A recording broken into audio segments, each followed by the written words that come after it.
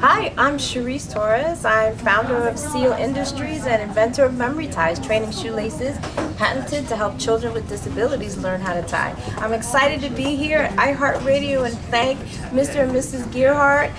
Hello, my name is Charisse Torres. I am Dr. Elise Bourne Busby. And I'm Ethel Edwards. And together we invented Memory Ties, patented training shoelaces that remember. Tying shoelaces is a complex skill to master, especially for those who have special needs or difficulty with their fine motor skills. Individuals with poor fine motor skills often have challenges coordinating the movements to tie their own laces because of how easily traditional shoelaces flop over, which causes confusion and frustration. When frustration normally peaks, often families choose a no-tie solution, which doesn't teach the important skill of shoelace tying. And shoelace tying transfers over to being able to fasten clothing, footwear, and other things that we interact daily. Memory ties are made with revolutionary memory technology that allow them to remain where they're positioned longer than traditional shoelaces, virtually creating a roadmap before the learner's eyes. The memory properties provide learners with more time to plan their movements and the confidence to form loops that stay. Learners encounter less visual confusion, which eliminates the worry of losing their place and makes going from step to step much easier. This frustration-free shoelace tying experience helps with recalling the steps they learn while developing key fine motor skills. As a training tool, memory ties are perfect for shoe models, practice boards, and practice cards. And with each use, memory ties becomes more flexible, more pliable, feeling more and more like traditional shoelaces. This makes memory ties ideal for practicing and advancing shoelace tying skills before a learner transitions to traditional laces. They come in attractive, solid color choices and a red and yellow bicolor option that are laced on individual practice cards. They're manufactured by hand, by us, and their therapeutic and educational benefits make them an easy choice for anyone wanting a secret weapon to developing shoelace tying skills. I wish I'd had those when I was growing up. I just want to tell you right now, I love the invention, but I gave up on tying my shoes a long time ago. I didn't really forget. It's just sometimes I have a little trouble bending over and tying.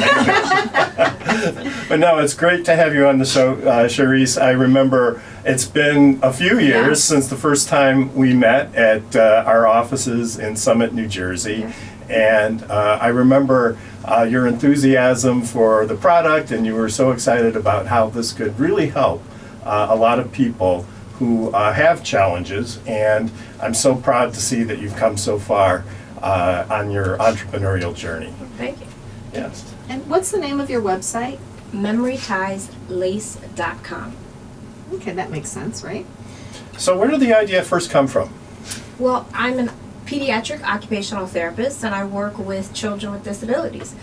Children on the spectrum, autism spectrum disorder, that have motor disabilities. And one of the things for parents is that they would like their children to learn this skill so that they can participate in group sports and not be ostracized by having their parent tie their laces for them, so that they can have some normalcy and also, fit in, which is a big part of, having children be included into particular sports groups or activities.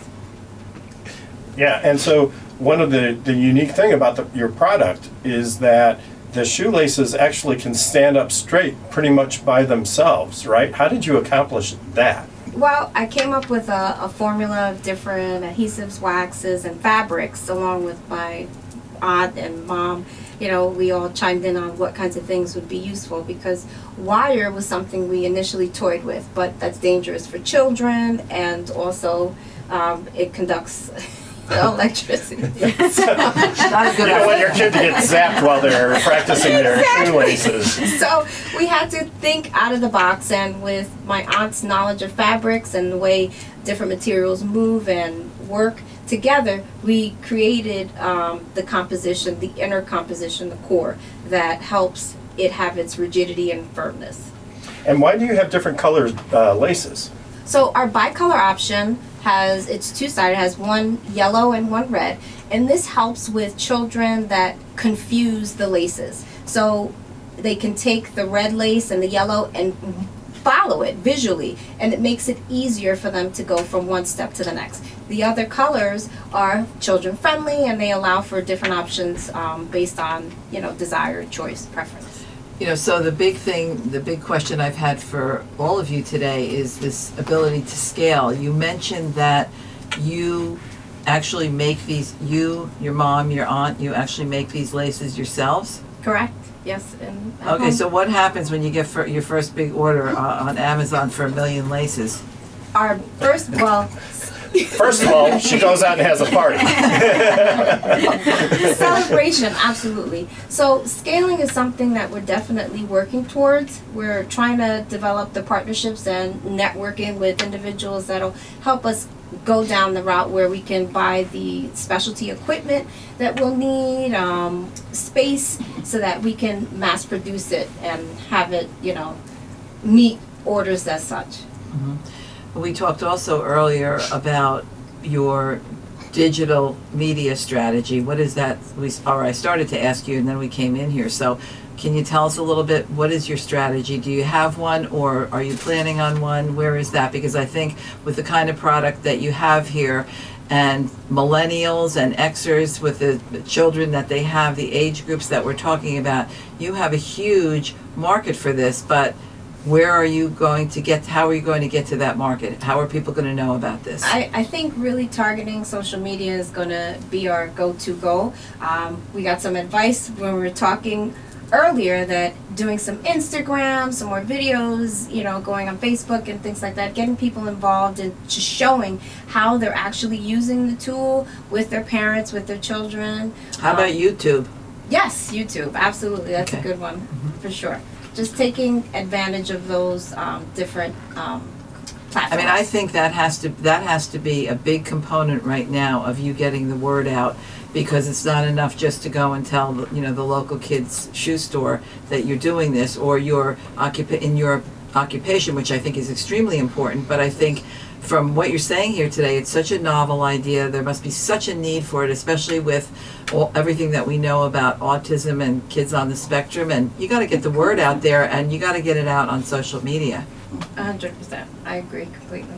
So do you have any examples or stories of children who used your product and you've seen some sort of difference? Oh, absolutely. Not only with myself working as a therapist, but I've had different occupational therapists write into me and let me know that they've been working on this skill for several months with children that have challenges with motor planning and memory.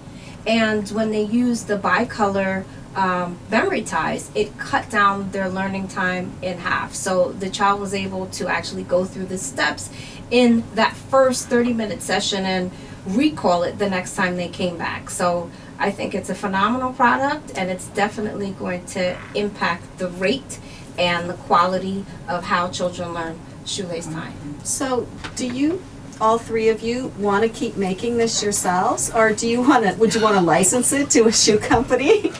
That's a good question. It's definitely something that we have to kind of discuss and think more about. But licensing would definitely be an option. It can definitely reach more people and more distributors and things like that for us. I think currently, because we're working so close, we just have to meet the right set of people to help us get to that next step. Yeah, they like to see proof of concept. So I think your idea of trying to slowly build the business and sell it, and maybe you could do a Kickstarter or something, and then maybe license it would work for you. Yeah, that sounds like a great idea. So do you make this product like in your kitchen? Is that where you boil the stuff and you throw the shoelaces in? Is that how it works? Yeah, well, we start in the kitchen because the formula has a heated component, and then we end in the living room where we're actually kind of creating the shoelace and creating the inner core and inserting it into the outer sheath. Well, that's a true entrepreneurial startup. You meet the definition right there. So have you sold some of these? Yes, we currently are able to we sell them at www.memorytieslace.com, and we have a lot of different people buying from all over the country, and we're seeing a good response. But we definitely need to get the word out there more and share it with more and more people. I also might add, one of the things I'm thinking about is maybe there's a way that you can think about getting involved on a panel or as a speaking engagement, talking about your occupational therapy, and you'll excuse the pun, tying in. Oh no, that was terrible. No, but I think if you could sort of pitch that in a very low-keyed way, somehow be on a panel with autism, or get yourself, I think what you have is a great product, and I think it would be great if you can find the avenues through, as Carolyn said earlier, networking, continue to make that bigger, make that part of your project, and make the social media. I'm very focused on that with this because I just think it's a great product, and I think that, the world could be your oyster if you really go after it in that respect. Thank you. A quick story about the validity of this product. At one of our OT conferences, we met a woman with one hand who had not been able to tie a shoelace, and she used our product and did it. Oh, I'm gonna cry. And so we are wonderful. extremely proud that we know it can work. Fabulous. Wow, that is incredible. Now that's a good YouTube story. Yeah, That's a good that's a story. YouTube story. Yeah. That's wonderful.